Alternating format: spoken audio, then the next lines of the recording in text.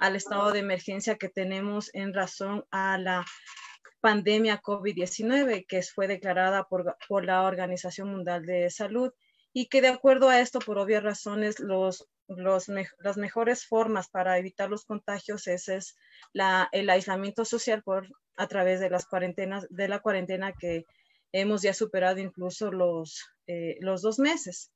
Por lo que todos estos centros culturales y todas las entidades que se dedican a poder transmitir información, nos vemos vistos en procesos de resiliencia en relación a poder ofertar procesos de educación cultural, en este caso específico en relación a las ciencias de la Tierra, a través de este medio de las redes sociales, y así poder mantener esta oferta en geociencias, y que en realidad también se considera como una oportunidad de nuevas formas para experimentar, crear y reinventar.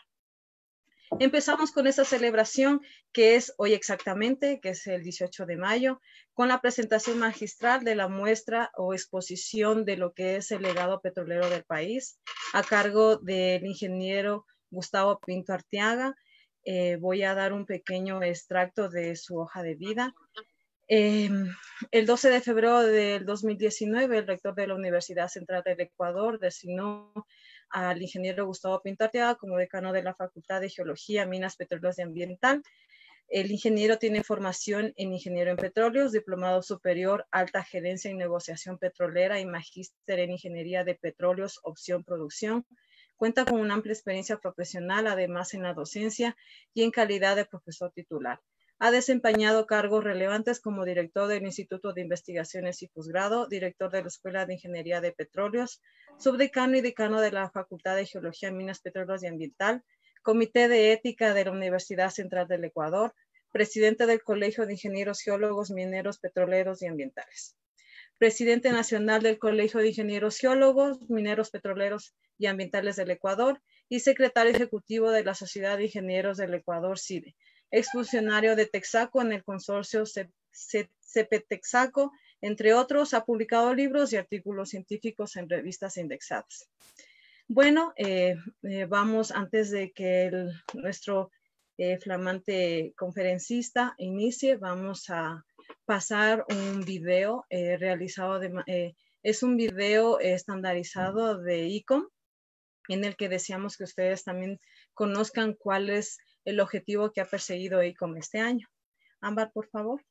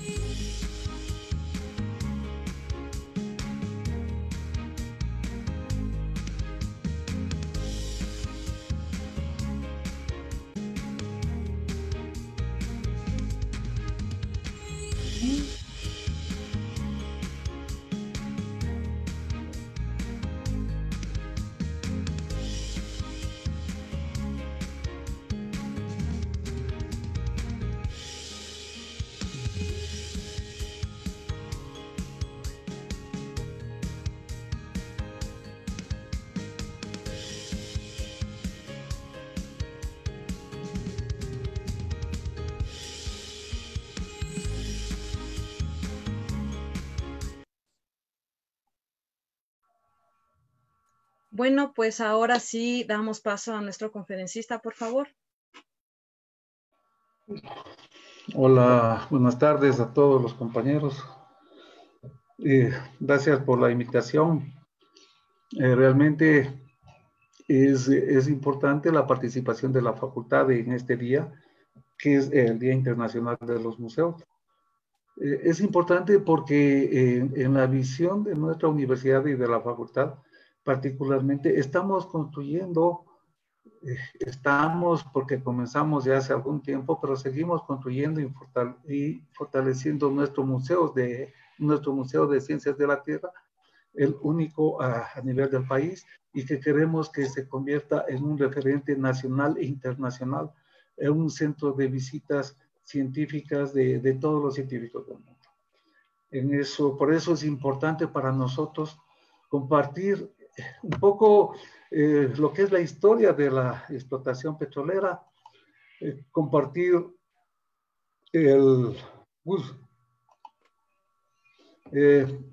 compartir las vivencias, porque parte de esa historia la fuimos construyendo. A partir de 1960, la universidad se convierte en protagonista de la historia del desarrollo petrolero en el país, cuando crea nuestra escuela de geología y minas, que fue inicialmente creada. Entonces, vamos a comenzar. Estoy queriendo compartir. ¿Sí? Ok.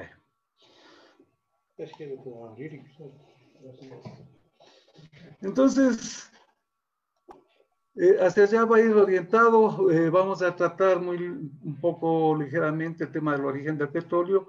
Vamos luego a ver las fases de la industria petrolera, la historia del petróleo en el Ecuador y la importancia de los hidrocarburos en el Ecuador y en el mundo.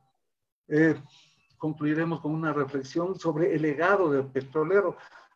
Mi reflexión antes de comenzar esto era el legado que recibimos o el legado que nosotros tenemos que dejar para nuestros hijos, nuestros nietos, para las generaciones futuras.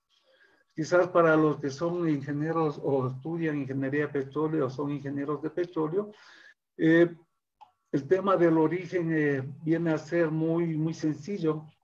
Para quienes no lo son, sí es importante conocer que la teoría que es más aceptada a nivel mundial es la teoría inorgánica, la teoría orgánica, donde todo lo que es vegetación, todo lo que es flora, fauna de los océanos, producto de varios movimientos de terremotos y cataclismos, los océanos se fueron retirando, se fueron alejando de donde estaban inicialmente ubicadas, y esos depósitos de sedimentos orgánicos, de animales y de plantas, se depositaron en el suelo, y posteriormente varias capas fueron sobreponiéndose sobre esos sedimentos, y por efecto de los daños y de la presión se fueron convirtiendo y se transformaron en hidrocarburos. Esos hidrocarburos, en el caso de nuestro país, por ejemplo, en la región amazónica, esa teoría indica que hace millones de años el océano Atlántico estuvo hasta la cordillera de los Andes, y al irse retirando, dejó lo que es ahora la Amazonía, y esos sedimentos se encuentran ya convertidos en petróleo a grandes profundidades, en el caso de nuestra región amazónica.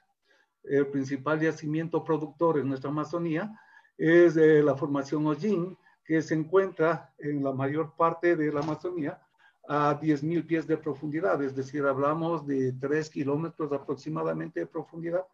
Ahí se encuentra la principal formación productora de petróleo y gas en nuestro país, en la región amazónica. ¿Cuáles son las fases que nos permiten aprovechar esos hidrocarburos?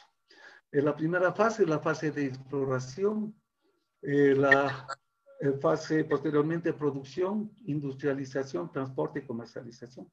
La fase de exploración, que es la que consiste en localizar una estructura sedimentaria en el subsuelo.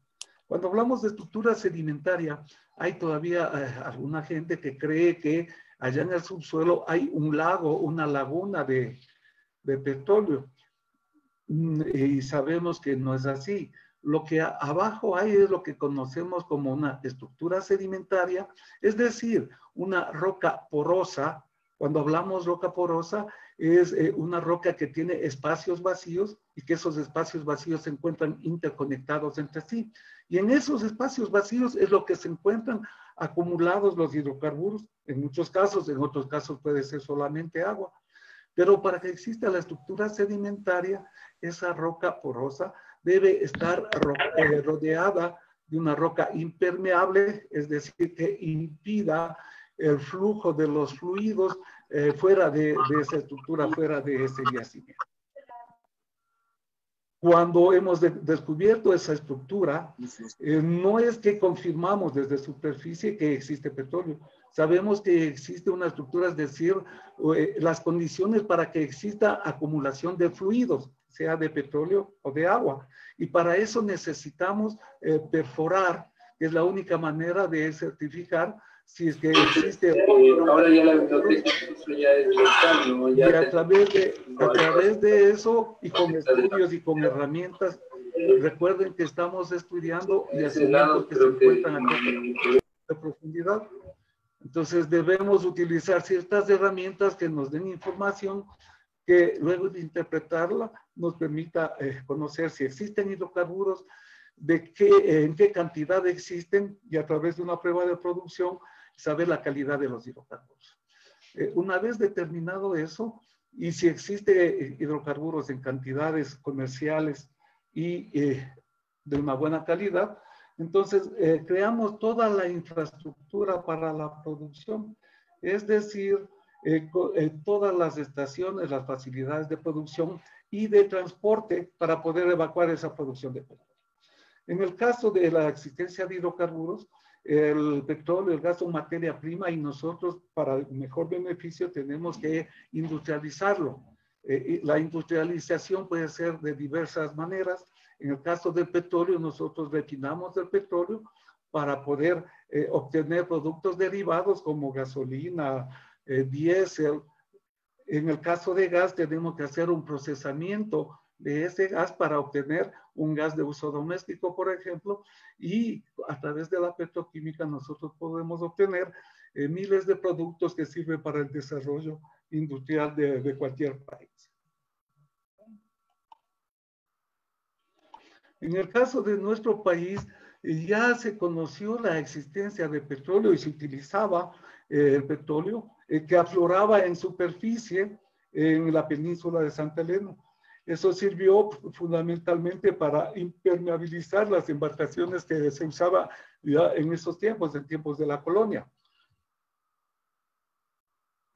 Pero es únicamente a comienzos de los años de la década de 1900, del siglo XIX, perdón, del siglo XX, en el que se descubre el primer pozo petrolero que se denominó Ancón 1.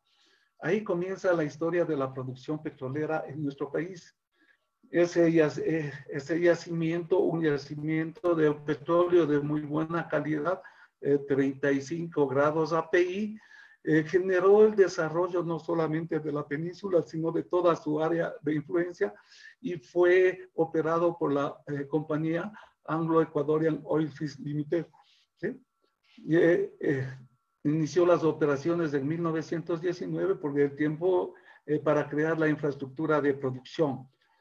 Posteriormente, en la misma península se construye la primera refinería, la refinería de la Libertad, y con lo que comienza además el proceso de industrialización del petróleo en nuestro país. En el caso de la Amazonía, desde el comienzo de los años 1900, se hizo una campaña de exploración intensiva. Sin embargo, pese a que se perforaron varios pozos en los campos Macoma, Oblán y Tiputini, se encontró hidrocarburos, pero la calidad de estos hidrocarburos y el precio del petróleo en ese tiempo hicieron ver que no eran rentables comercialmente, y las empresas cerraron los pozos con los que se descubrieron esos hidrocarburos. En 1948, Shell, que era una compañía que tenía las mayores concesiones de la Amazonía ecuatoriana, procedió a devolver. El entonces presidente del Ecuador usó una frase que siempre es histórica, al decir el Oriente es un mito, es decir, negando la posibilidad de la existencia de hidrocarburos comerciales en el Ecuador. Presidente Galo Plaza fue quien manifestó eso, pero las actividades de exploración siguieron, y en 1960 la compañía Shell cede sus acciones a través de un proceso de subasta al consorcio Texaco Gulf, quien comienza o continúa las actividades de exploración de la región amazónica. Y es aquí cuando comienza la participación de la Universidad Central dentro del desarrollo del sector petrolero en nuestro país, porque los técnicos que trabajaban en ese tiempo todos eran extranjeros, y en 1962 el entonces Consejo Universitario, 16 de junio del 62, resuelve crear la carrera de Geología y Minas para formar profesionales que ayuden en el proceso de búsqueda tanto de hidrocarburos como de recursos minerales. Ahí se ve la coincidencia cuando pasa las actividades de exploración a otra empresa, y la visión de las autoridades de la universidad de que había que formar profesionales para algo que todavía era incierto, pero que se tenían buenas expectativas.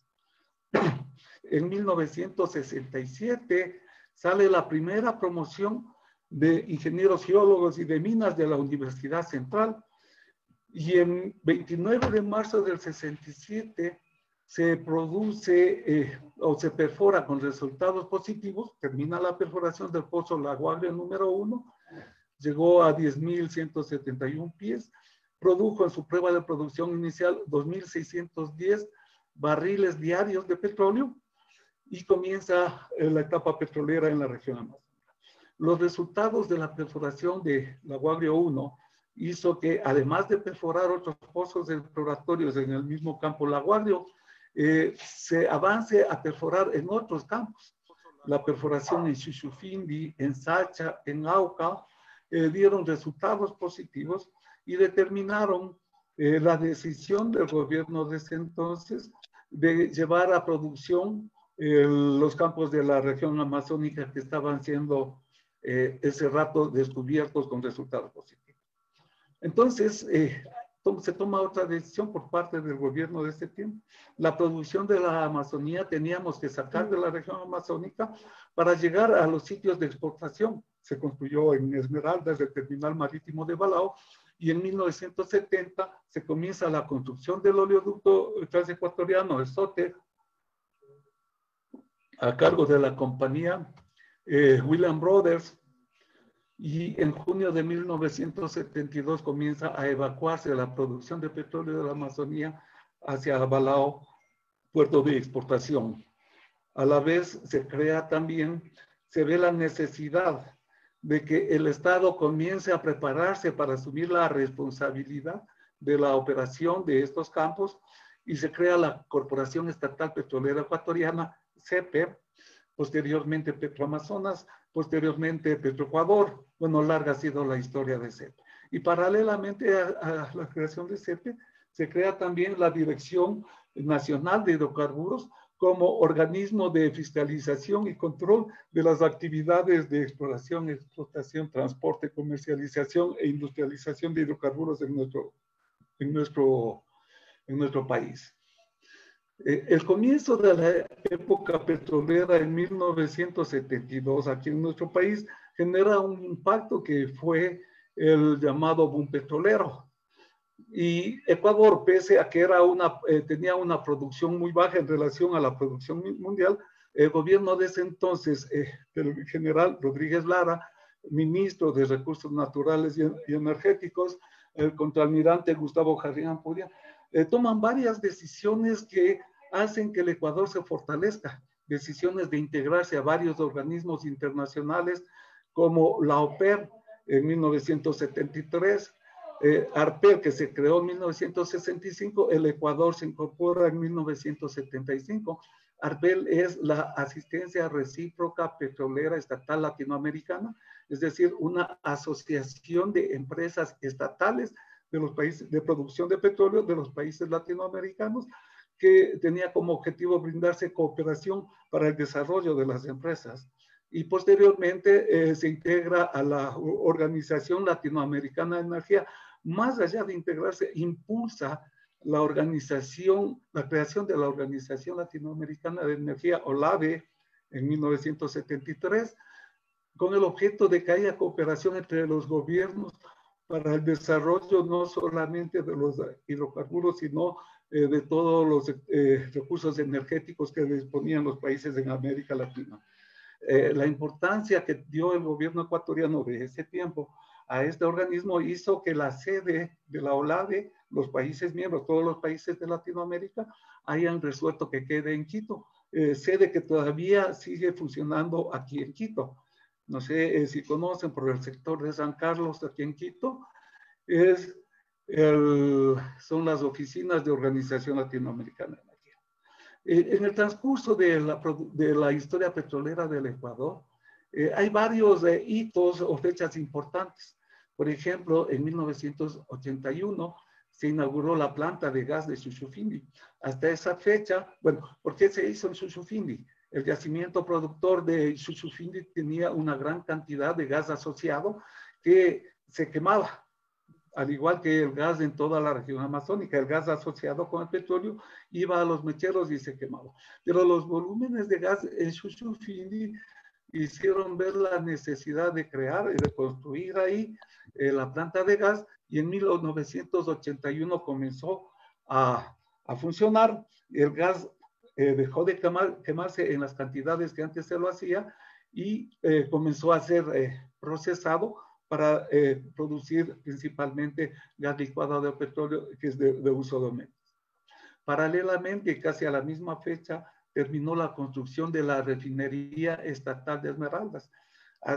Hasta esa fecha en el Ecuador lo único que teníamos para refinar, es decir, para no vender el petróleo como materia prima y tratar de procesar en nuestro país y obtener materias de productos derivados, era la refinería de la península, ya mencionamos hace un rato, con una capacidad de 20,000 barriles por día, y existía una refinería pequeña en Lago Agrio de una capacidad de 1,000 barriles, de procesamiento de 1,000 barriles por día, que era fundamentalmente para satisfacer el consumo del consorcio CP Texaco, porque ya pasó a convertirse en consorcio CP Texaco, para la operación de estos campos. En 1976 es lo que la empresa estatal CEPE compra las acciones de Gulf. El anterior consorcio que operaba era el consorcio Texaco-Gulf. Compra primero una parte de acciones de Texaco y una parte de acciones de Gulf. Se constituye el consorcio CEPE Texaco-Gulf. Y posteriormente compra las acciones de Gulf y pasa a constituirse en el consorcio CEPE Texaco, donde CEPE era el socio mayoritario con el 62.5% de las acciones y Texaco, el otro socio, con 37.5% de las acciones, pero era el operador. Aquí es importante también ver la importancia de las decisiones que tomó el gobierno de ese entonces al integrarse a la OPER, un organismo creado en 1969 con la iniciativa del ministro de Hidrocarburos de Venezuela, Hugo Pérez La Salvia. Se constituye en la organización que agrupa a los países que producían petróleo y que exportaban petróleo, para enfrentar a lo que en ese tiempo se llamaba el cartel de las 7 hermanas, las 7 grandes empresas petroleras: Texaco, Gulf, Exxon, Shell, Standard Oil, 7 empresas que eran las que fijaban el precio de compra con la que nos compraban el petróleo a los países productores y exportadores. En ese tiempo el precio de venta era alrededor de $1, $1.20 el barril de petróleo. Pero en 1973 se produce un conflicto entre los países árabes e Israel. Y por primera vez los países árabes, la Organización de Países Árabes Exportadores de Petróleo, utiliza al petróleo como un arma política y decide no vender petróleo ni a Israel ni a los países que le apoyaban. Se produce lo que se conoció en ese tiempo el embargo petrolero, que hizo que el barril de petróleo, que a esa fecha valía $1, $1.20, en muy poco tiempo, en cuestión de semanas, llegó a valer $13.50. Eso fue en 1973, cuando nuestro país comenzaba a producir. De ahí es lo que se llama, decíamos hace un rato, el boom petrolero. Y comenzaron a haber recursos en nuestro país que no tenía planificada esa cantidad de recursos para invertir en varias obras de infraestructura, pero también para convertir al gobierno en un botín político. Eso le significó un golpe de Estado al entonces presidente Rodríguez Lara, y realmente a partir de eso aquí en nuestro país hemos estado asociados íntimamente a lo que es la producción de petróleo. Un poco es importante mencionar que el conflicto bélico entre Ecuador y Perú en el año 1941, más que por cuestiones de fronteras, fue por cuestiones de control de los hidrocarburos, control de petróleo, que aquí dijeron que no había, pero que sabían que sí había, y producto de ese conflicto en que perdió Ecuador, la compañía Shell, que era holandesa, tuvo que dejar el Ecuador y entró la Standard Oil a seguir actividades de exploración en la Amazonía. La compañía Standard Oil era una compañía estadounidense. Producto de todas esas actividades de exploración, en nuestro país existen varias áreas, concesiones ubicadas principalmente en la región amazónica y un pequeño grupo de concesiones ubicadas en la zona del litoral, en la zona de la península. Ahí está el Campo Amistad y es campo que produce gas. Ahorita hay una seria discusión técnica sobre si existen o no reservas adicionales como para hacer inversiones que puedan incrementar las reservas recuperables del Campo Amistad, o si ya no existe ya esas perspectivas. En el Ecuador y en el mundo, los hidrocarburos son extremadamente importantes. En nuestro país, la importancia de los hidrocarburos está dada fundamentalmente por tres indicadores. Un indicador económico, un indicador energético y el indicador de generación de productos para el desarrollo industrial. Históricamente, hoy en menor cantidad, el petróleo, la venta de los hidrocarburos ha sido un factor importante tanto en el Producto Interno Bruto cuanto en el presupuesto del Estado.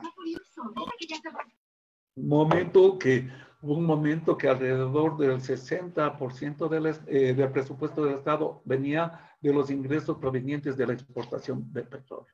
Hoy, no solamente que ha disminuido, pero al no haberse implementado políticas de cambio de la matriz energética, es decir, de posibilitar que otro recurso energético reemplace a los hidrocarburos, realmente el impacto en la baja de precios del petróleo lo hemos sentido muy directamente desde hace 4 años, cuando comenzó la baja de precios del petróleo, y estos últimos meses, cuando por circunstancias tanto del mercado y producto de la pandemia que estamos viviendo, el precio del petróleo prácticamente más que pagar para comprar petróleo, hubieron empresas que pagaban para que se lleven el petróleo, porque les costaba más mantener almacenado al haberse disminuido significativamente la demanda a nivel mundial.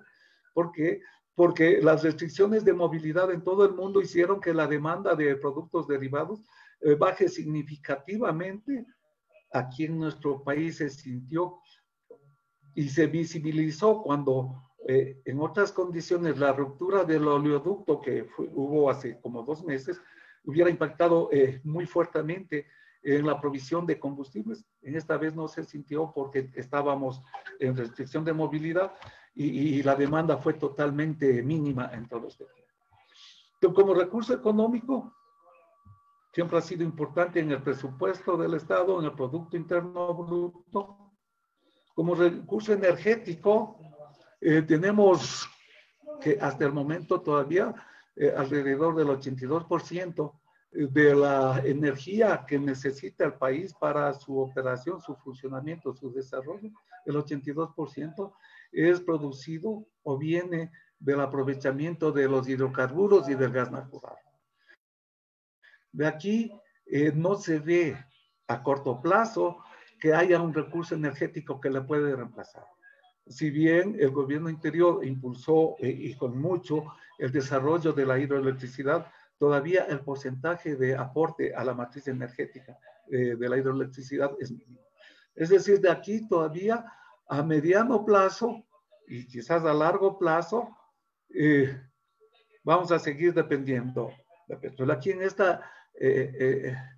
este diagrama podemos ver que se refleja que el 92% de la necesidad energética está satisfecho o proviene de los hidrocarburos, del petróleo y del gas natural.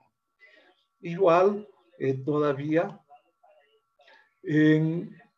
hay una gran cantidad, miles de productos que se producen o que se obtienen a través de la petroquímica para el desarrollo de diversas industrias.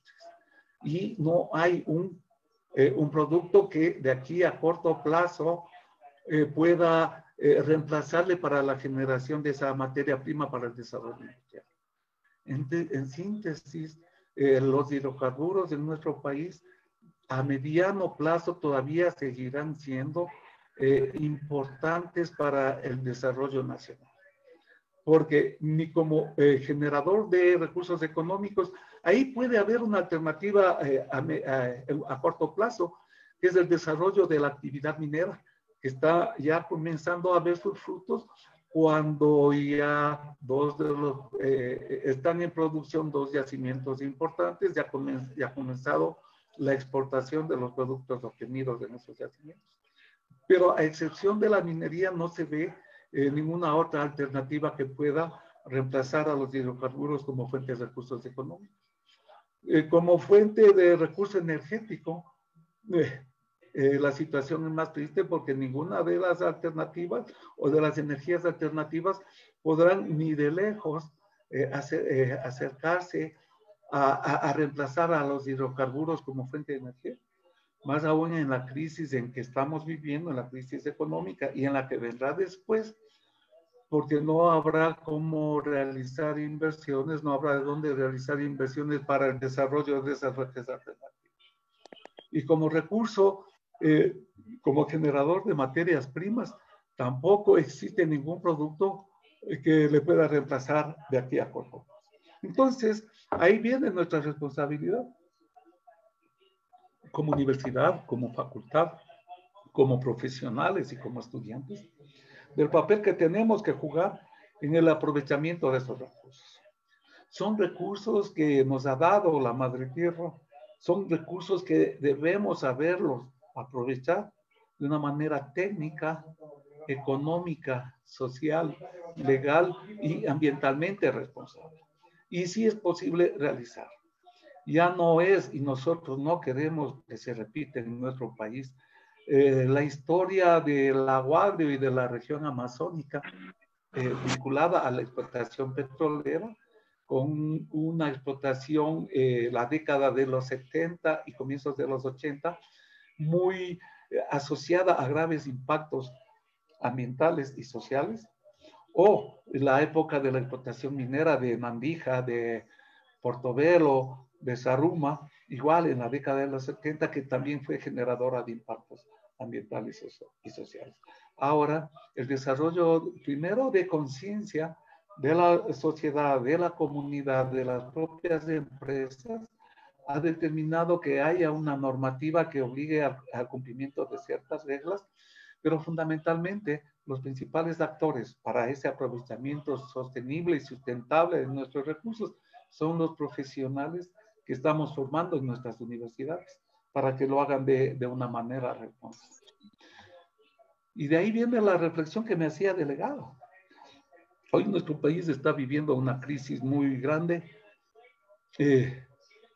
No tenemos prácticamente en el tema petrolero toda la operación de los campos, a excepción de dos, Sacha y el ITT está a cargo, bajo diversas figuras contractuales, de empresas privadas, principalmente extranjeras.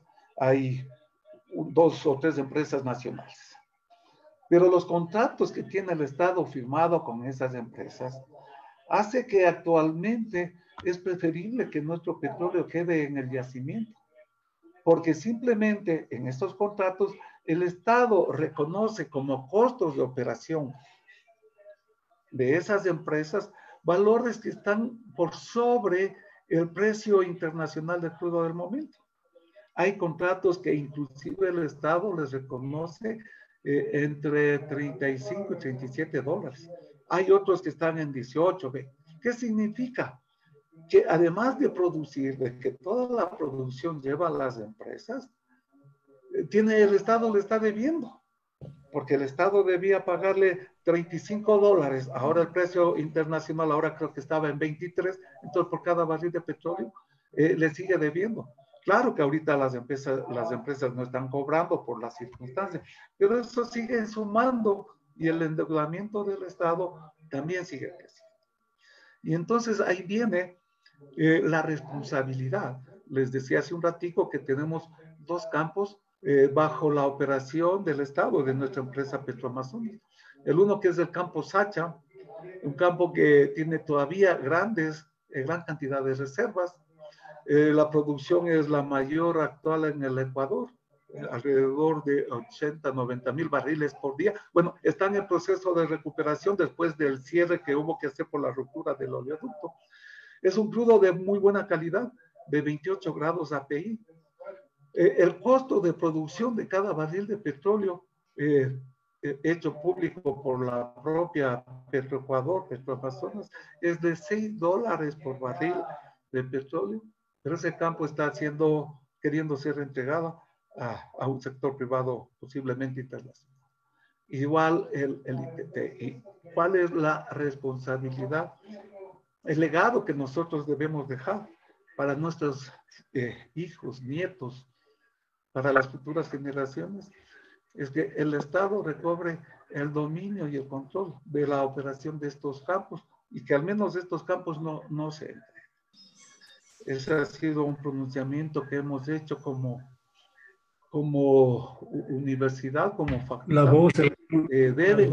Deben comenzar a renegociarse los contratos de manera que el valor que reconozca el Estado por costo de producción baje significativamente.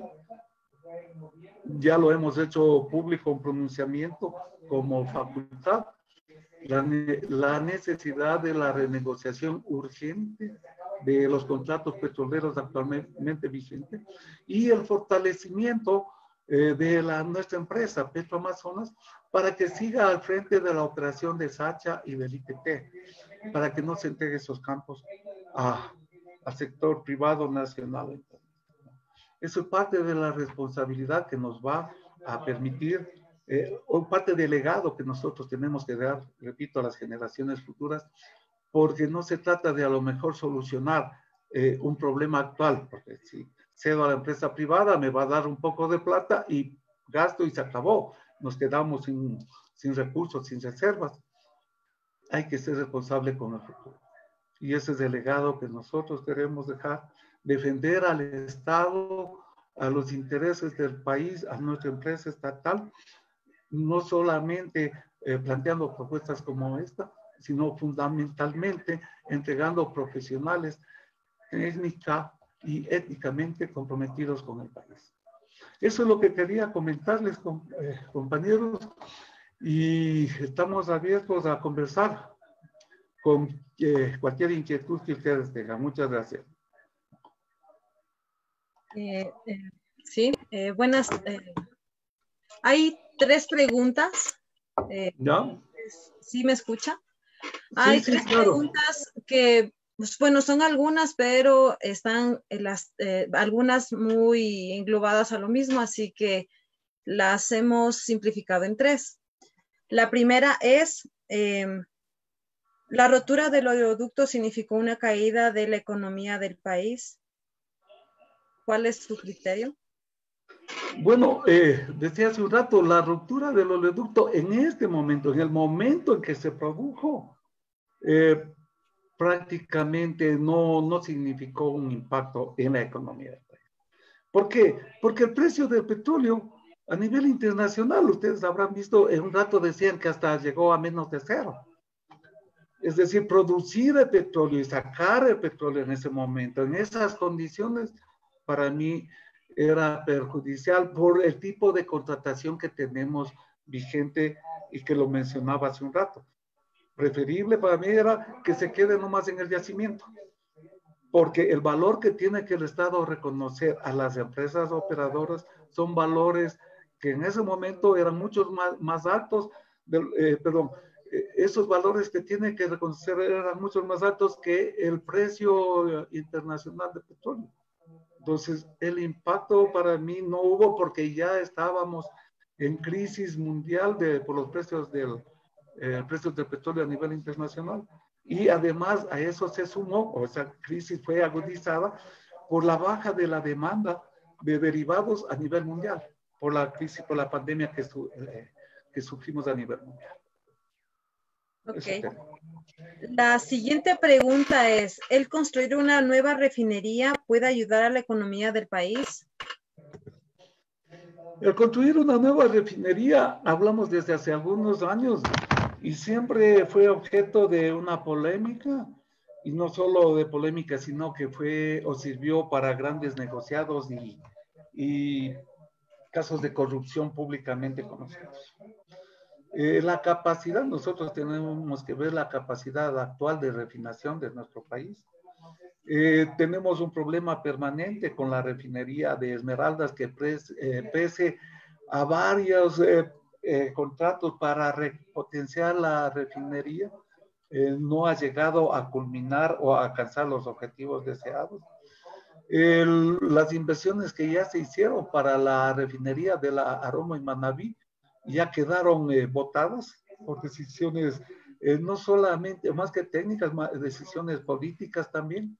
Entonces aquí viene un estudio de mercado y de las perspectivas que el país tiene para los próximos años, tanto de producción cuanto de procesamiento, porque necesitamos saber qué capacidad de producción vamos a tener, cuánto vamos a producir en los próximos años para ver si requerimos incrementar la capacidad de refinación. Hay que tener claro que lo que estamos produciendo son reservas encontradas hace algunos años. En los últimos años prácticamente no ha habido trabajos de exploración adicional o ha habido muy pocos trabajos de exploración adicional que nos incrementen nuevas reservas. La implementación de ciertos métodos de recuperación mejorada de petróleo nos está comenzando a dar ciertos frutos para incrementar el factor de recuperación del petróleo.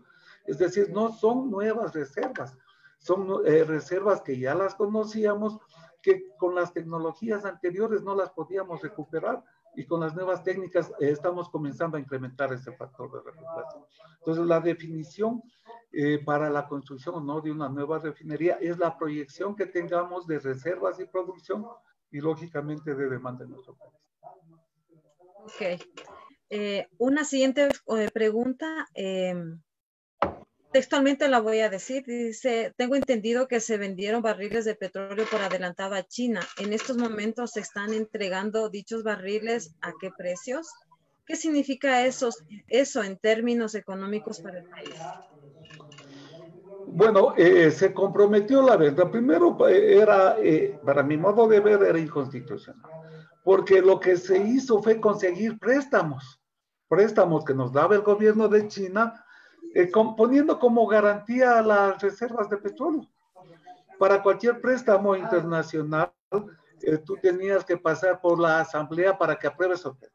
Entonces vieron esta figura a través de venta anticipada de crudo, donde eran préstamos y préstamos en condiciones mucho más desventajosas para el país que los propios préstamos que dan los organismos crediticios internacionales y que el gobierno anterior, este gobierno, han cuestionado, aunque a la final tuvieron que recurrir a eso. El Banco Mundial, el Fondo Monetario Internacional, nos daban los préstamos con interés de 3.5 o 4%. Estos préstamos de China venían con intereses de 6, 7%. Es decir, era más desventajoso. Hoy prácticamente gran parte de la producción de nuestro país está comprometido, tiene que hacer la entrega de esos pagos a esos préstamos. De ahí la necesidad que tenemos de incrementar el factor de recuperación de los yacimientos a través de esas técnicas de recuperación mejorada, de manera que vayan quedando un mayor excedente para que el Estado pueda vender más allá de lo que tiene que pagar, pueda vender y genere recursos frescos, recursos nuevos para el presupuesto del Estado. Claro que lógicamente esto tiene que hacer, como decía hace un rato, siempre y cuando el principal campo que nos queda, Sacha, siga manteniéndose en responsabilidad de nuestra empresa Petroamazonas su operación. Pero aquí veo algunos compañeros que también pueden aportar en este conversatorio, que sería bueno que también escuchemos. Claro, si podrían alzar la manito hasta que se decidan. Hay una pregunta que me parece que se puede considerar en relación a la negociación de los contratos petroleros, y mencionan que desde ayer en las redes sociales se están circulando noticias relacionadas a que han ingresado párrafos nuevos en relación a que si la contratación debe ser por participación o no. Bueno, ese es un debate que siempre he utilizado. Para mí no importa cómo se llamen el tipo de contratos. A lo largo hablemos desde la década de los 90, ha tenido diversos nombres. Participación, asociación de servicios específicos. Lo importante es que como quiera que se llame, el principal beneficiario debe ser el Estado. Y coincidencialmente, en todos esos contratos, con los nombres que hayan sido, no ha sido el Estado el principal beneficiario, han sido las empresas. Entonces, de ahí la necesidad de que quienes negocien en representación del Estado esos contratos tengan más que herramientas, o a más de las herramientas técnicas, económicas, un profundo sentido de compromiso con el país. Pero eso también se diluye porque las decisiones ya de llegar a acuerdos con cualquier empresa vienen del más alto nivel del Estado, y vemos que el más alto nivel del Estado actualmente no precisamente ha orientado su política ni interna ni externa en beneficio del país o de los sectores más pobres. Su política ha sido beneficiar a los sectores privados, principalmente transnacionales. Ok. Hasta que se animen, hacemos otra preguntita. Hágale nomás. Dice, bueno, hay otra pregunta. ¿Cuál es la estrategia desde la facultad y universidad para potenciar la industria? ¿Y qué papel es el que juega? Además, o sea, ¿cuál sería en realidad la estrategia? A ver, repíteme, por favor. ¿Cuál sería la estrategia desde la facultad y universidad para potenciar la industria? La industria petrolera en el Ecuador después de la pandemia. Ese es un tema que nosotros estamos planteando la próxima semana. Vamos a comenzar el curso de titulación para los estudiantes de 10º semestre inicialmente la carrera de Ingeniería de Petróleos. Van a integrarse también posiblemente las otras carreras. Pero dentro de ese curso vamos a invitar, de hecho, hoy ya hemos invitado a 3 personas del sector empresarial, tanto público como privado, y la academia, para discutir qué papel tenemos que jugar ya en la nueva realidad que vamos a tener, que ya tenemos ahora y que vamos a tener en los meses próximos, cuando no sé si hablar de que termine, porque el terminar esta pandemia y el enfrentar este problema no va a ser a mediano plazo, sino parece que va a ser a mayor plazo. En eso estamos construyendo ahorita. La próxima semana, el día miércoles posiblemente, de 9 a 11, vamos a tener ese foro, esa charla, Y estamos en ese proceso de construcción de nuestra propuesta como FIGEMPA, no solamente para el sector petrolero, sino también para el sector minero, que no está en la crisis que está ahorita el sector petrolero, pero estamos construyendo esa propuesta. Así que pedimos una semanita para poder darle con mayor, con mayor solvencia, digamos, con mayor respaldo a esa propuesta. Hoy por lo pronto hemos tratado de ajustar las estrategias para que pasemos de una realidad que era la presencial en lo que es impartición de clases a una realidad que en este tiempo es una transición, la realidad virtual, y acomodar todos los procesos, las normativas a esa realidad actual. Luego tendremos, estamos comenzando a construirla, qué hacer frente a la realidad futura post pandemia. Ojalá no me hablen por decir eso, pero así en ese proceso estamos. Y es un proceso de construcción que no es del decano o de los directores, es un proceso de construcción que tenemos que hacer todos los actores. Aquí la sabiduría y la experiencia de nuestros colegas profesionales, profesores, las necesidades de nuestros estudiantes son las que nos van a ayudar a construir ese proyecto de universidad que queremos en las condiciones de la post-pandemia. Veo que Tere quería, Jonathan, dice, a ver, no prosigan nomás ahí, sí, Tani. Bueno, buenas tardes con todos. Felicitaciones, Gustavo, por la conferencia. Mi pregunta va en el sentido de, primero, determinar para el país, el Ecuador ha sido un país petrolero desde hace muchos años. ¿Cómo está el tema de reservas? Y luego ahora ya después de esta situación de emergencia a nivel mundial, y hemos visto que la caída de los precios del petróleo es vertiginosa. Y también, por otro lado, cada vez se está a nivel mundial trabajando porque las economías estén más libres de carbono, libres de combustibles fósiles. Entonces, frente a todos estos escenarios, realmente parecería que deberíamos olvidarnos de alguna manera, entre comillas, de la actividad petrolera. ¿Cuál es su criterio frente a estos nuevos escenarios? Bueno, sobre el primero, el tema de reservas, cuando yo entré a estudiar en 1971, cuando comencé a estudiar ingeniería de petróleos, hubieron varios de nuestros profesores que dijeron, ¿sabes qué? De ganas se meten, porque además entramos un montonzazo, ¿no? Entramos solamente a ingeniería de petróleos, entramos 120 estudiantes en una sola.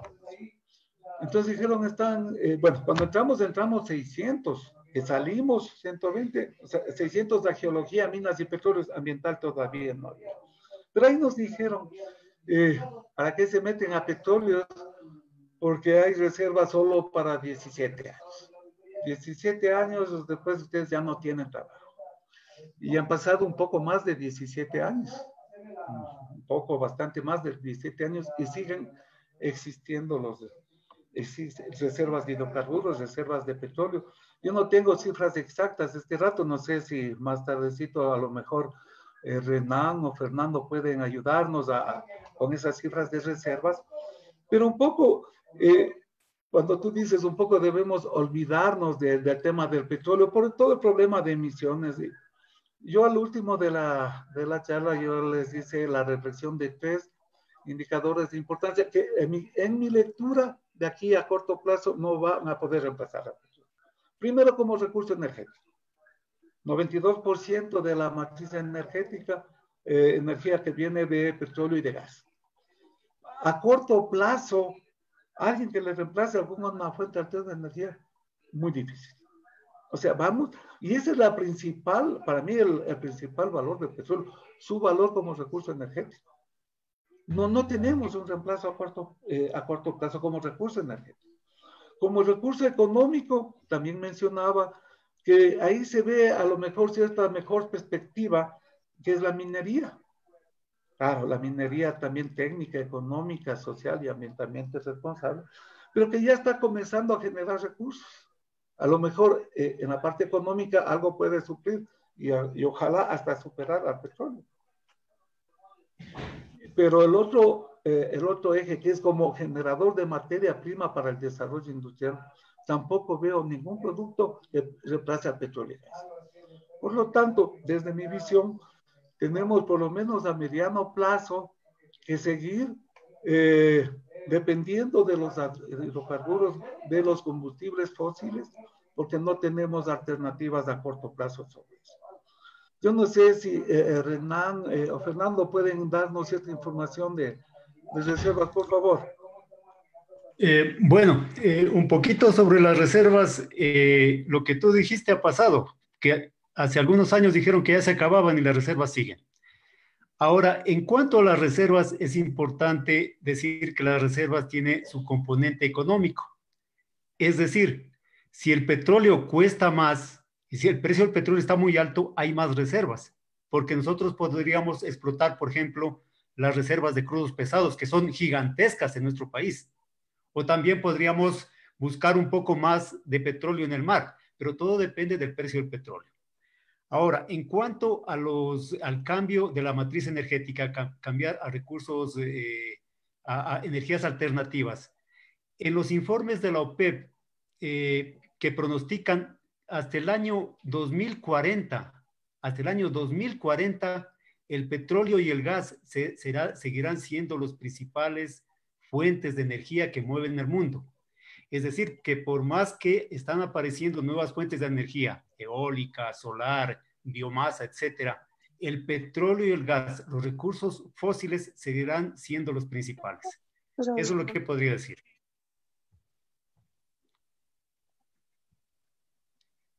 No sé si con eso un poco se completó, Tere, pero son las visiones que cada uno tenemos. Sí, es interesante porque es un tema que debemos abordarlo y en realidad como facultad, porque tenemos que conocer todos estos escenarios y cuál es la realidad, ¿no? Que no necesariamente las energías alternativas van a solucionar el problema energético en el corto, en el mediano plazo. Así es, y la facultad está tomando con seriedad eso, ustedes conocen, quizás algunos muchachos no. Estamos trabajando en el proyecto de creación de una nueva carrera, la carrera de Ingeniería en Energía, de manera que formemos profesionales para que ayuden a desarrollar eso. Cuando hablamos de esto, la primera vez de esta idea fue hace 20 años prácticamente, cuando estaba de decano. Desarrollamos el proyecto de la creación de la carrera, pero luego no se impulsó.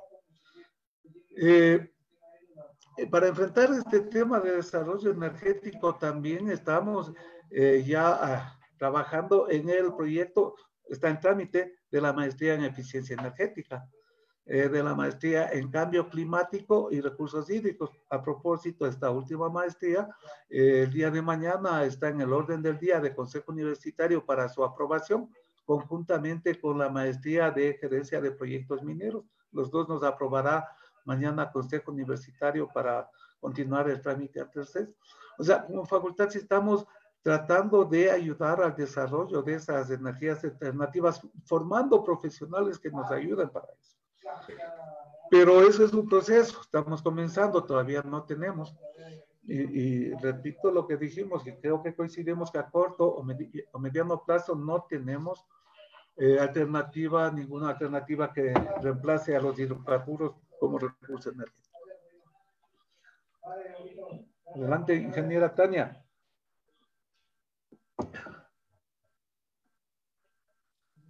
El micrófono, Tania, que no se, hay que habilitar. Eso. Sí. Perdón, quería consultar si alguien más quiere intervenir en interno o directamente, sino para... Sí, buenas tardes.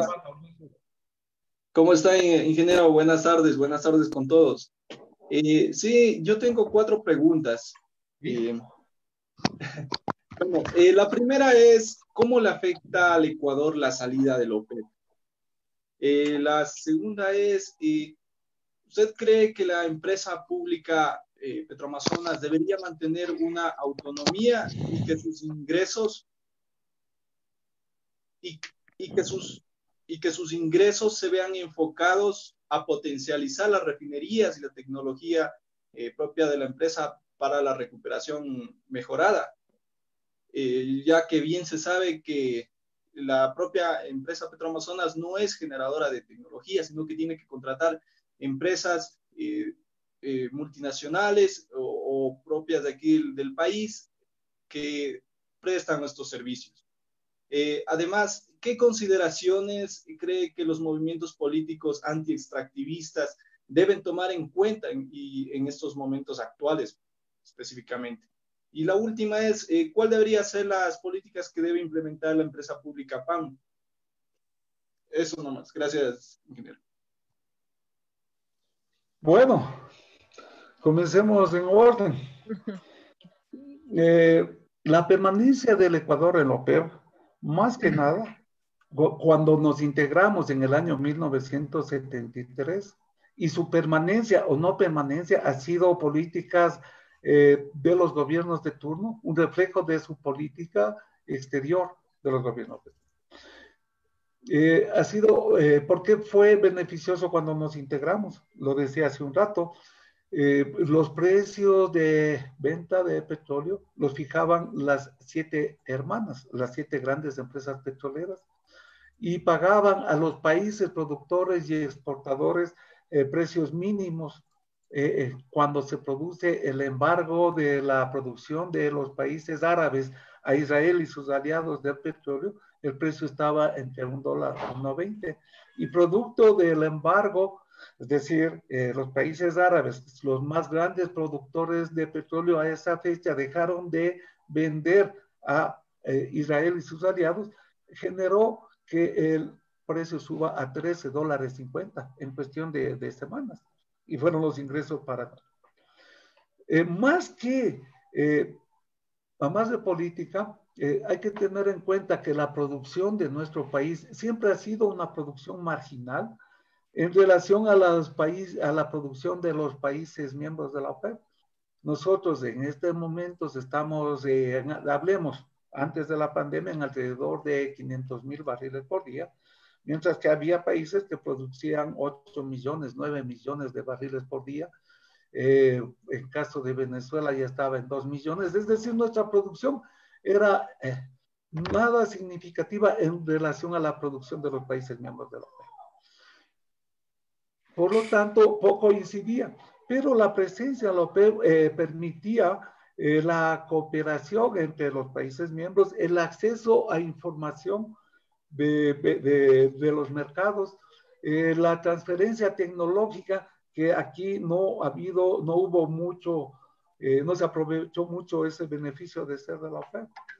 Hoy fue una acción política, un cambio total de política exterior del actual gobierno, al haber decidido salir nuevamente de la OPEP.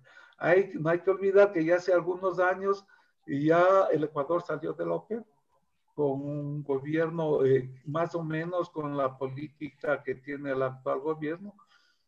O sea, no la del discurso que daban, porque ya por lo menos dan de revolucionarios, porque su política ni interna ni externa estaba orientada a eso. Entonces, siempre fue importante además como una alianza entre países productores para enfrentar a los consumidores. La necesidad de que Petroamazonas tenga una autonomía de gestión financiera es algo que siempre lo queremos. Algún rato lo conseguimos. Uno de los gobiernos determinó que un porcentaje proveniente de la exportación petrolera, era el 10%, si no me equivoco, iba directamente a Petroamazonas, para que Petroamazonas invierta en sus proyectos de desarrollo. Pero eso no duró mucho. Y nuevamente pasa al presupuesto del Estado, claro, y Petroamazonas pasa a ser uno más de los necesitados, de los que se ponen a la lista en el Ministerio de Finanzas para que entreguen recursos, y lógicamente eso afecta al rendimiento de la empresa y no permite desarrollar varios proyectos que como Petroamazonas, como empresa del Estado, ha querido y quiere desarrollar para ayudar a conseguir una autonomía energética. Petroamazonas debe tener autonomía financiera. Deben asignarse los recursos directamente de lo que viene de la exportación de petróleo. Bueno, no solo en estas condiciones, sino en general, en condiciones antes, ahora y después, la reflexión a ciertas organizaciones que no están de acuerdo con lo que ellos llaman una política extractivista, que no están de acuerdo con el aprovechamiento de los recursos, como lo dije hace un rato, son recursos que nos da la madre tierra, los hidrocarburos y los recursos minerales. La reflexión es la necesidad de que se vean ellos mismos y de que sí es factible realizar y aprovechar esos recursos. Como lo decía, técnicamente, para eso formamos a nuestra gente, económicamente, es decir, que los beneficios del aprovechamiento de esos recursos vayan principalmente para el dueño del recurso, que es del Estado y que es del pueblo ecuatoriano. Socialmente responsable, es decir, que también vaya directamente a las organizaciones que están asentados donde existen los proyectos mineros y petroleros. Legalmente responsable, es decir, en respeto a la normativa, no es tanto en el sector petrolero, pero en el sector minero se puede ver que es la minería ilegal la que mayor impacto ocasiona y la que hace que el aprovechamiento de los recursos minerales también sea cuestionado por esos sectores. O sea, sí es factible realizar.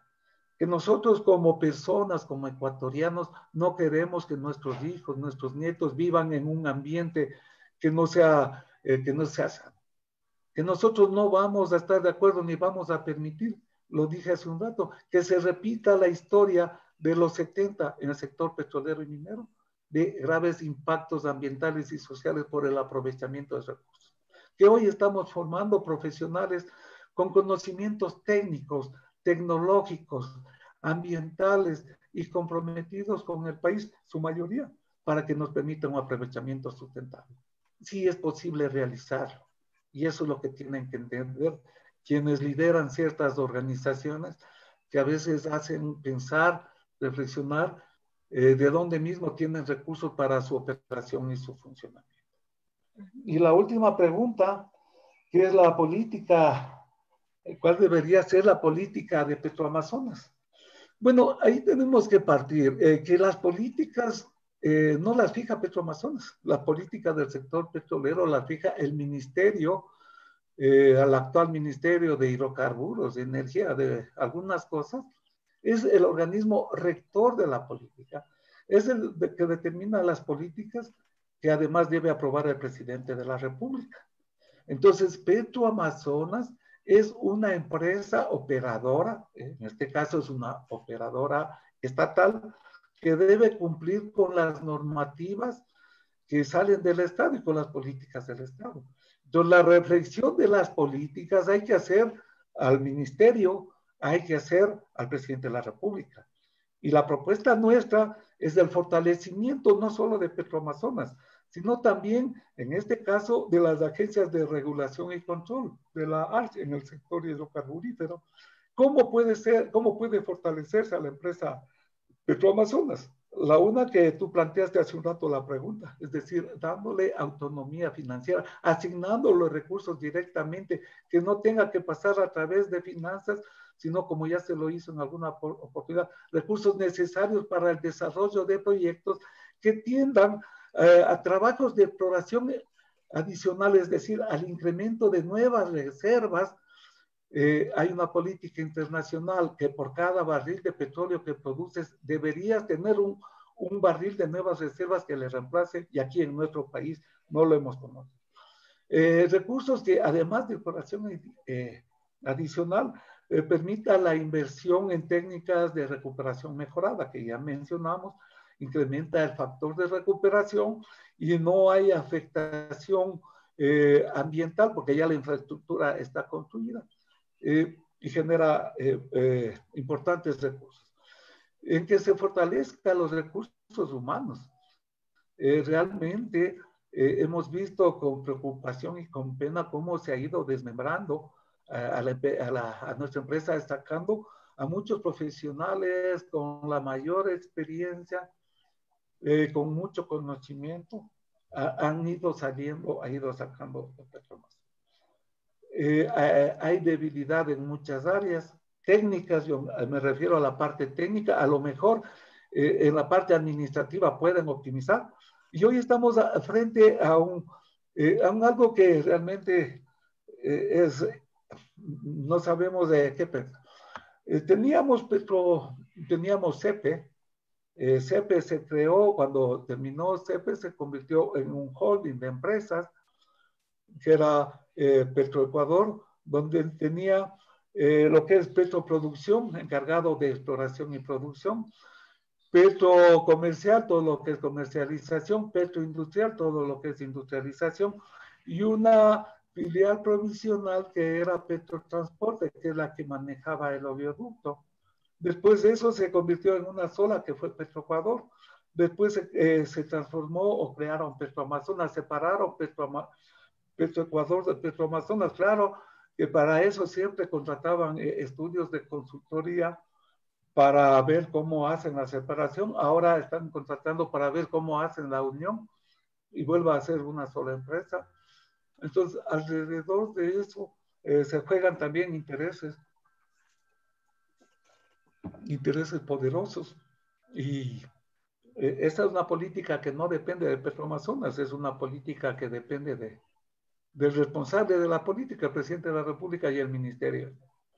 Entonces, en esta política, repito lo de Petroamazonas, darle autonomía administrativa, darle recursos autonomía financiera, recursos que le permitan invertir en la búsqueda de trabajos de exploración adicional, que le permita invertir en trabajos de recuperación mejorada, fortalecer los recursos humanos de Petroamazonas, impidiendo la salida de los pocos buenos.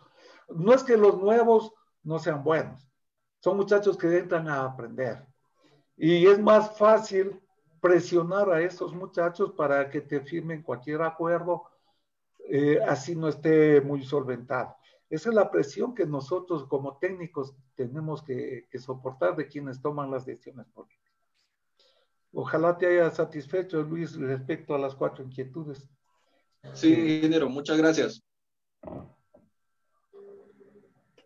Si alguien desearía hacer alguna otra intervención. Sí, solamente un comentario.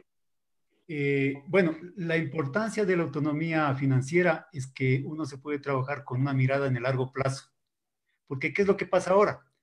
Ahora somos simplemente apagadores de incendios. Lo único que estamos haciendo es, se apaga un pozo, lo tratamos de prender desesperadamente. En cambio, si tuviéramos una autonomía financiera, si Petroamazonas la tuviera, podría poner su mirada en el largo plazo.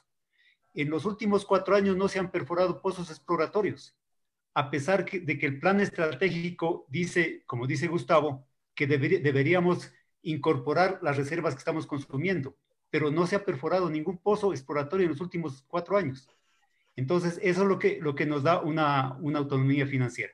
Por otro lado, quisiera solamente poner un puntito sobre, en la excelente conferencia de Gustavo, algo se comentó sobre que actualmente ya prácticamente todos los campos están siendo operados por las compañías extranjeras. En realidad no es tan exacto. Lo que pasa es que las compañías extranjeras con el contrato de prestación de servicios con financiamiento, lo que hacen un trabajito y todo el petróleo incremental se les paga a ellos. Pero sin embargo, todo lo que es la energía, todo lo que es la producción del pozo, todo lo que es el transporte, la separación, lo seguimos haciendo nosotros. Por eso esos contratos allí se los ve todavía más mal, que a pesar de que Petroamazonas hace todo eso, se le está pagando una cantidad bastante grande por el petróleo que están produciendo. Eso nomás como comentario. Gracias. Buenas tardes. Buenas tardes, adelante, ingeniero. Atahualpa Mantilla les saluda y felicitaciones por la presentación. Únicamente algunas precisiones. El precio actual del barril del petróleo está en $2.08 al cierre de hoy día. Ha tenido un incremento del 9% en su cierre del día viernes de 29.53. Entonces, ahí le haré una pregunta. ¿Cuál es su expectativa en sí para el corto plazo y un mediano plazo del precio del barril del petróleo? En la parte de lo de las reservas, que se manifestaba que cambian por el precio del petróleo, habría que precisar en sí qué tipo de reservas son, si es P1, P2 o P3, de las reservas certificadas bajo criterio internacional SEC.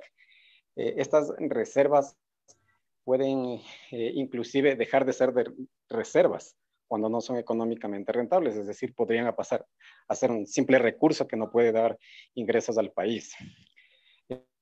Al momento, de acuerdo a la información, al año 2019 con reservas certificadas, el país tiene 4.800 millones de reservas probadas. Un poquito también para precisar lo de los contratos. Petroamazonas en la actualidad opera tiene a su cargo cerca de 24 bloques que son directamente asignados por la Secretaría o el Ministerio, pero existen las empresas privadas que tienen sus contratos de servicios que fueron cambiados anteriormente a servicios, y estas empresas están directamente relacionadas con la Secretaría, y ahí es algo interesante analizar el precio que se les paga a las empresas, ¿no? Va del orden de 37, 38 dólares hasta 21 dólares, teniendo en cuenta que ellos son los que operan estos campos, ellos pagan su costo operativo, su parte del transporte, y el país pagaría la parte de la comercialización. Conozco que al bloque 16, a Repsol, se le paga cerca de 38 dólares por barril producido de un promedio de 15 grados API. Al momento, estando en 32 dólares el barril, con aproximadamente el WTI, tendríamos que penalizarlo, ya sea crudo napo, crudo oriente. Como es un crudo de alta viscosidad y tiene una gravedad API de 15 grados, aproximadamente la penalidad debe estar entre 5 o 6 dólares. Aparte de eso, es decir, no vale 32, ya valdría 26 dólares. Aparte de eso, la comercialización y ciertos valores más que se pagan. Es decir, a ese precio, el país posiblemente está perdiendo por barril entre 12 a 15 dólares al precio de 32 dólares. Y los otros contratos que tiene directamente Petroamazonas con empresas nacionales e internacionales, cuyo fin era que venga inversiones nuevas al país para fomentar el trabajo, el empleo y también incrementar la producción nacional. Tienen unas ciertas tarifas que son mucho menor a las que se mantienen con las empresas privadas directamente de la Secretaría, pero ahí viene la diferencia, que Petroamazonas opera estos campos y es un costo asociado, además del transporte y las regalías de algunas provincias que se las debe pagar. Es decir, hoy por hoy, el precio del petróleo a 32 no cubre la expectativa en sí del país. Estamos prácticamente perdiendo en algunos contratos. Y la pregunta era un poquito, ¿usted cómo le ve el precio de aquí en los próximos 6 meses, en el próximo año? Que básicamente de ese precio depende que nuestros estudiantes puedan conseguir trabajo, ya que si el precio sube, hay fuentes de trabajo, y si el precio baja, las fuentes mínimas actuales se disminuyen. Muy amable. Gracias, Atahualpa. Ahora quiere que me convierta de ingeniero de petróleos a brujo, porque realmente es difícil predecir, pronosticar el comportamiento de los precios del petróleo, porque está sujeto a la geopolítica internacional. ¿Por qué bajaron los precios a los niveles que bajaron? Porque no hubo un acuerdo entre los países de la OPEP y los países no OPEP, principalmente Rusia, para disminuir los niveles de producción. Entonces quedó, al contrario, uno de los países miembros de la OPEP sacó a la oferta al mercado unos cuantos millones de barriles más. Cuando viendo los impactos, claro, son armas geopolíticas para presionar a países, a desestabilizar a países de gobiernos que a quienes manejan la geopolítica mundial les interesa. Comienza a recuperarse cuando llegan a un cierto acuerdo y se produce o hay un recorte de, creo que entre 9 10 millones de barriles de petróleo por día. Hay un recorte de producción de los países, tanto OPEP como no OPEP, y comienza a recuperarse el precio del petróleo. Aquí, por eso te digo, para mí es difícil predecir. La demanda todavía está restringida en todo el mundo, la demanda de productos derivados. Si bien comienza a haber una flexibilización en la restricción de las movilidades, que se refleja en nuestras propias ciudades. Hubieron hasta la semana anterior, 2 semanas, de prácticamente cero, mínima la movilidad. Pero a raíz de que se comienza de que se anuncia que entran a funcionar los semáforos, que se comienza a flexibilizar la movilidad, abriendo y con justificativo en muchos casos, otros sectores de comercio para que puedan movilizarse, ya vemos que comienza a incrementarse la demanda. Pero para que eso se normalice pasará todavía un buen tiempo, aún levantando la declaratoria de emergencia. No se normalizará esa demanda. Entonces, yo le veo difícil, yo al menos no podría predecir que va a continuar en una recuperación. No sé hasta qué punto se pueda llegar a esa recuperación.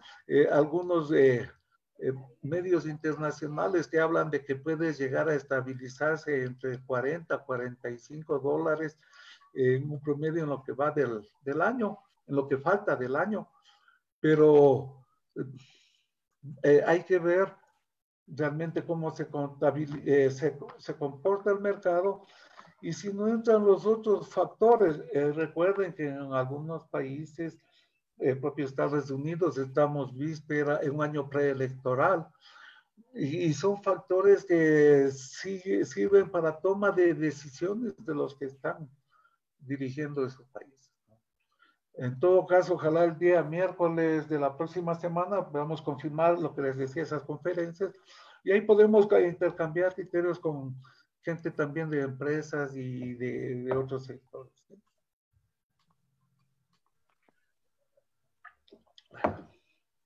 Ahí veo, no han bajado la mano nomás, desde Luis de la Atahualpa y Renan, no han bajado la mano. Sí, una intervención más, por favor. Gracias. Ya le bajé. Ya. Muy buenas tardes con todos. Soy sí, Cristian. Adelante, Cristian. ¿Cómo está? Simplemente quería acotar a la respuesta que usted dio, Inge. Por cierto, muy buena presentación. El Ecuador con las actuales cifras de reservas aproximadamente tiene para 15 años más o menos. ¿Sí? Voy a compartir, no sé si me ven. Claro, sí. La presentación.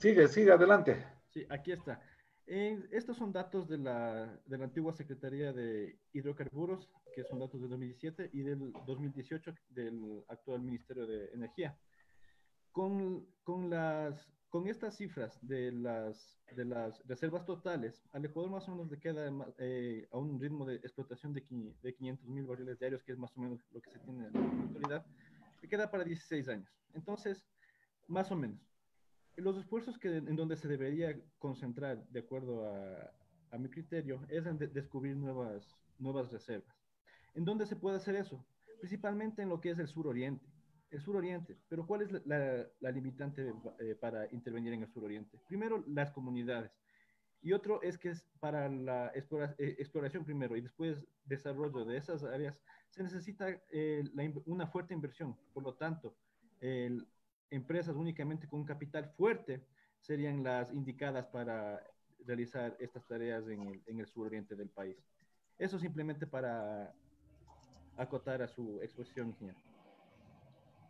Gracias, Cristian. Muy buena información. Y es lo que hemos coincidido, la necesidad de trabajos de exploración adicional. O sea, hay sectores de nuestro país que todavía podemos hacer exploración adicional. Ahí creo que levantó a Atahualpa de nuevo, o se le levantó. No, levanté de nuevo. Un poquito también, viéndole un poquito de otra óptica con esto de la exploración. Conocemos que la exploración no se lo ha hecho hace mucho tiempo aquí en el país. No se lo ha hecho porque es costosa, ¿no?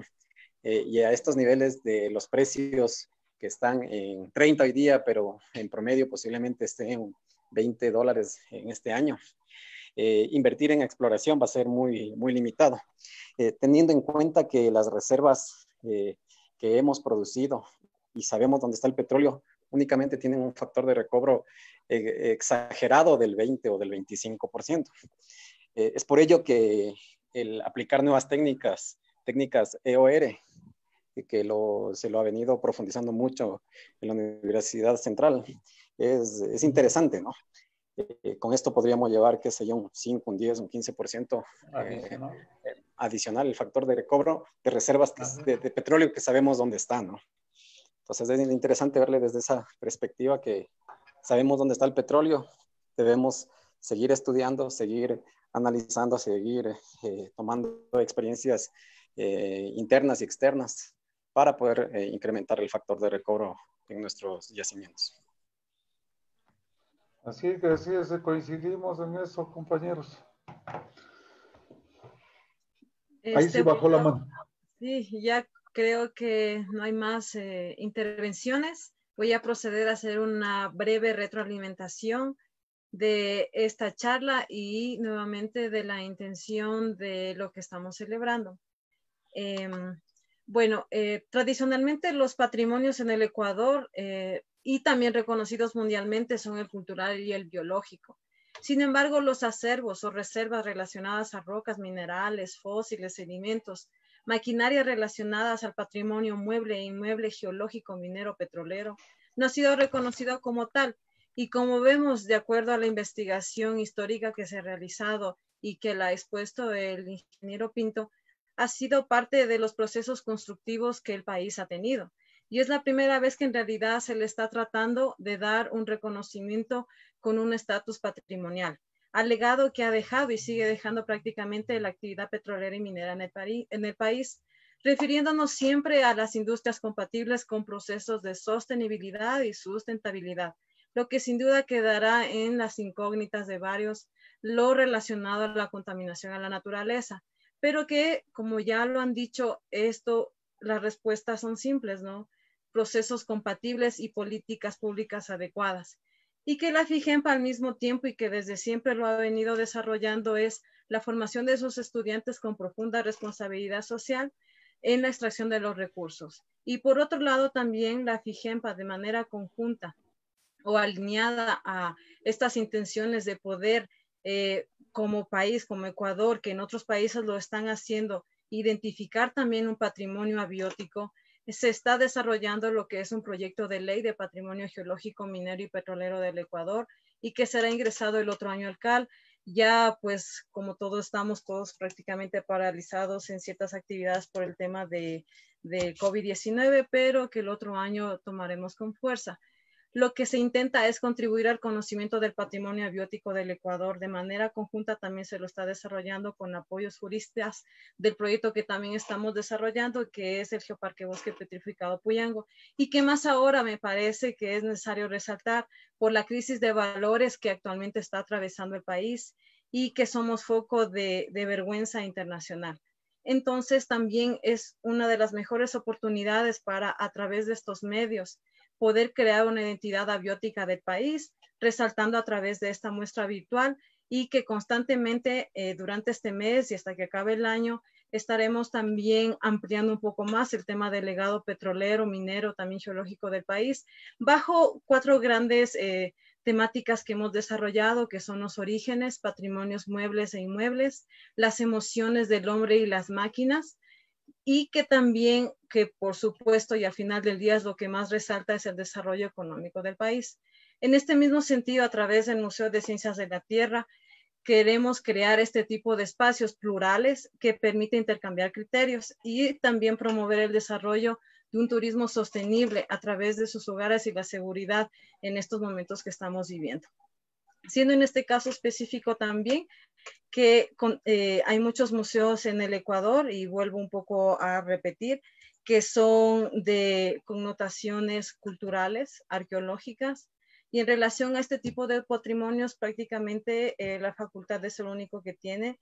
Hay museos un poquito más relacionados, como son los museos paleontológicos, que en el Ecuador apenas está registrado uno, que es en el Carchi, y que ahora también nos encontramos en procesos para que se reconozca un museo paleontológico binacional en las fronteras en donde estamos trabajando con el Geoparque Bosque Petrificado Puyango, en donde sus investigaciones formales de sus colecciones ya han iniciado, y que también aprovecho para invitarles constantemente. Vamos a tener charlas magistrales de la directora del Museo Geológico de Colombia, así como la directora del Museo Petrolero de Argentina, y muchas otras actividades virtuales.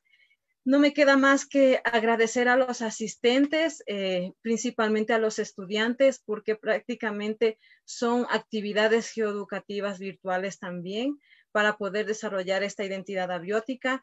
También agradecer al apoyo constante siempre de nuestros aliados estratégicos, como son las prefecturas del Oro y el Loja, el ingeniero Clemente Bravo, el ingeniero también de la prefectura de Loja, a los alcaldes Hernán Encalada y Enrique González, que siempre nos están dando acompañamiento y apoyo en este tema, en este tipo de actividades académicas.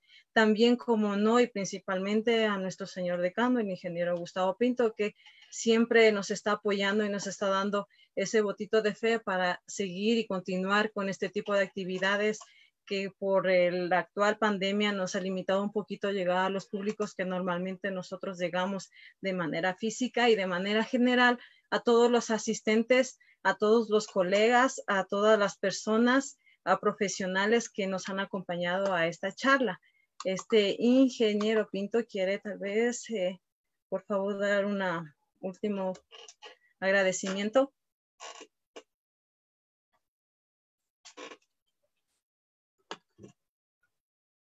Está desconectado su audio, me parece. Mi audio estaba bien, mi micrófono estaba para no quedarme atrás. Realmente riquísimo compartir, conversar. Aquí vemos la potencialidad que tenemos en nuestros profesores. Ha habido varias intervenciones y aportes de ellos que ayudan a enriquecer la visión. Por eso decía hace un rato, la construcción de la FIGEMPA después de la pandemia es una construcción no de un decano o de unos directores, es una construcción de todos, profesores, estudiantes, empleados y trabajadores. Hay un compromiso, lo decía Tania. En nuestro Museo de Ciencias de la Tierra nos falta el componente petrolero. Con Ámbar estamos trabajando en la planificación del Museo Petrolero o del componente petrolero dentro del Museo de Ciencias de la Tierra. Saber la historia de la industria petrolera en nuestro Ecuador. Y estamos, es parte de nuestro plan estratégico 2020, que nos toca reajustar algunas cosas por obvias razones, pero que es parte de nuestras prioridades. Creo que en el tema del proyecto Puyango es importante también el papel que juega la UNESCO. La UNESCO está metida de fondo apoyándonos a esta iniciativa que con el soporte de la FIGEMPA se está dando a los gobiernos provinciales de Loja y del Oro. Bueno, ¿y qué hace la FIGEMPA allá? Pues en la frontera sur, al otro lado de donde son los compañeros. Es el conocimiento y las ganas de hacer de Tania, de la ingeniera García, que eso hay que reconocer, y por eso también te motiva o nos motiva a seguir apoyando. Pero la construcción de la universidad que queremos, de la FIGEMPA que queremos, ante la nueva realidad, tenemos que hacerla entre todos. Y esa es la invitación a todos nuestros compañeros, profesores, estudiantes, empleados y trabajadores. Felicitar a Tania por la iniciativa. Se nos cogió un poco medios complicados por los temas todos los temas que estamos manejando desde acá, desde la casa. que son todos los temas académicos, administrativos, técnicos de la facultad y la posición de la universidad ante los problemas que estamos viviendo. Pero ahí nos damos tiempo por esa motivación que nos importa. Así que gracias a la invitación. Gracias a todos. Gracias, ingeniero. Muchas gracias. Informarles que el próximo, hoy en la tarde debían reunirse los directores. Vamos a tener ya una agenda de ciertos, ahora la moda son los webinares, pero donde vamos a hacer que participen nuestros propios profesores. Y aquellos que participan en otros lados, en otros foros, y está bien, deberían mencionar a que son profesores de nuestra FIGEPA y de nuestra Universidad Central. Así que ya les debemos de poner a consideración eso y gracias a todos nuevamente. Un abrazo a todos. Gracias, un gusto. Estaremos retransmitiendo. Hasta luego, gracias. En vivo y en directo. Muchas gracias, muchas gracias. Muchas gracias, hasta luego. Muy bien, felicitaciones. Hasta luego.